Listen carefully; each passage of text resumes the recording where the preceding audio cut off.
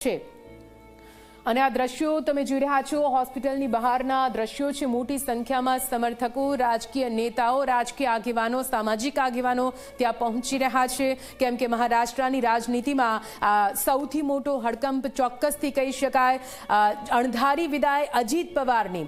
મહારાષ્ટ્રના ઉપમુખ્યમંત્રી તરીકે કાર્યરત અજીત પવાર, જેમના દુઃખદ અવસાનના સમાચાર સામે આવતાની સાથે કેવી રીતે લોકોમાં એક રીતે ગમગીની છવાઈ ગઈ છે।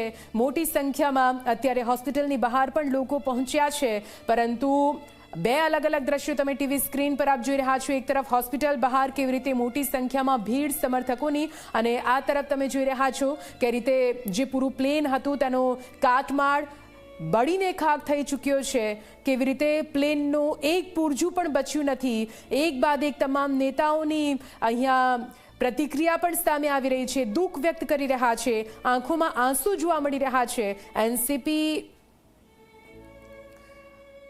અને આપ જુઓ મહારાષ્ટ્રના શિક્ષણ મંત્રી અત્યારે રડી રહ્યા છે ને એ જ બતાવે છે કે આખરે ભલે હરીફાઈ કેટલી પણ કેમ ના હોય, રાજનીતિમાં અવારનવાર આમને સામને મનભેદ અને મતભેદ પણ રહ્યા છે, પરંતુ આ પ્રકારની આકસ્મિક વિદાય કઈ રીતે તમામ લોકો માટે અત્યારે ખૂબ જ અકલ્પનીય બની ગઈ છે।